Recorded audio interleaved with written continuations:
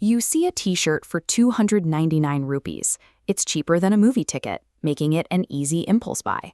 But to get a price that low, the industry has spent decades rewriting the rules of manufacturing. For most of the 20th century, fashion ran on two cycles, a summer collection and a winter collection. It took months for a design to go from a sketch to a store shelf. Zara changed that by building a supply chain that could move a new design to the showroom in 15 days. See how that model evolved into ultra-fast fashion. Today, brands use software to analyze millions of data points from TikTok and Instagram in real time. The algorithm identifies rising trends, immediately generating up to 10,000 new styles daily. The result is 150 billion garments produced every year. That's enough to clothe the next 6 generations. Because the volume is so high, brands must create artificial urgency, convincing you a design available today is gone by next week. To move that much inventory, brands rely on influencer haul videos. These aren't always organic. Companies often send free clothes to creators, who then model dozens of items in a single video. It creates a culture where buying 20 shirts at once feels like a normal afternoon. This has led to the rise of outfit repeating shame. On social media, a garment is often treated as old the moment it has appeared in a tagged photo.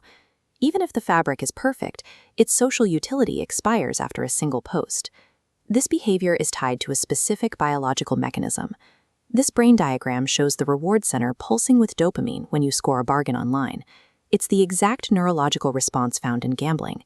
The low price makes the win feel easy, keeping shoppers hooked. When clothing is tied to a temporary chemical rush, its physical value disappears. On average, a modern garment is worn only 7 to 10 times before it is discarded. Clothing has been transformed from a durable good into a disposable commodity. Today, 60% of our clothes are made from synthetic fibers like polyester, nylon, and acrylic. These are plastic materials derived from fossil fuels. When these clothes are cleaned in a washing machine, they shed millions of microscopic plastic fibers. These microplastics are too small for most filtration systems to catch. They flow into the ocean, enter the food chain, and eventually end up in us. Recent studies have identified these plastic fibers inside human lungs, livers, and even blood. Natural fibers have their own footprint. This image shows the scale of a cotton harvest, a crop that requires significant resources. Producing the cotton for one t-shirt takes roughly 2,700 liters of water, enough to sustain one person's drinking needs for 2.5 years. In Central Asia, the Aral Sea was once the world's 4th largest lake. Today, it looks like this. The rivers that fed it were diverted to irrigate cotton fields, leaving miles of dry sand and rusted ship hulls where there used to be a thriving ecosystem. The manufacturing process adds more chemicals to the mix. This is the water system outside an industrial site in Tirupur, India.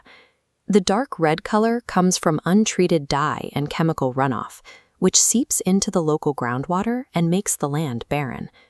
Before that 299 rupee shirt is even purchased, it has already consumed thousands of liters of water and left a trail of chemical waste in the global ecosystem. Many shoppers drop their old clothes in a donation bin, assuming they will be reused. However, the current infrastructure can't handle the volume. Less than 1% of discarded clothing is ever recycled into new garments. The excess is often shipped to markets in the global south. This image shows the Continental market in Ghana, which receives about 15 million garments every week.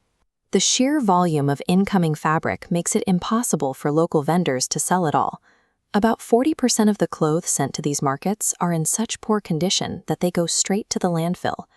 Here, on the coast of Accra, the waste has formed a wall of fabric spilling down the cliffs and onto the beach, sitting for decades. In Chile's Atacama Desert, the sand is now covered by 39,000 tons of unsold fast fashion. Because these synthetic garments are made of plastic, they don't biodegrade. They remain in the desert, creating a new, artificial landscape. These garments take up to 200 years to decompose. The few minutes of satisfaction we get from a new purchase results in a physical waste problem that will outlive us and our children. This chart compares the carbon footprints of major global industries. The fashion sector accounts for 10% of total global emissions. To put that in perspective, That is more than all international flights and maritime shipping combined. Breaking this cycle starts with a simple psychological tool, the 30-wear test. Before buying any item, ask yourself if you will wear it at least 30 times. If the answer is no, the purchase is likely driven by impulse rather than need. We can also choose to normalize outfit repeating. Using the same clothes for years isn't a lack of style, it's an active rejection of the idea that clothing is disposable. Checking labels can also reduce your impact. Prioritizing materials like organic hemp, linen, or recycled cotton helps avoid the microplastic pollution associated with synthetics like polyester. The 299 rupee sticker on a t-shirt only tells you what it costs your wallet. The industry relies on the assumption that we will treat our clothes like trash. That assumption only changes when we decide to value what we wear.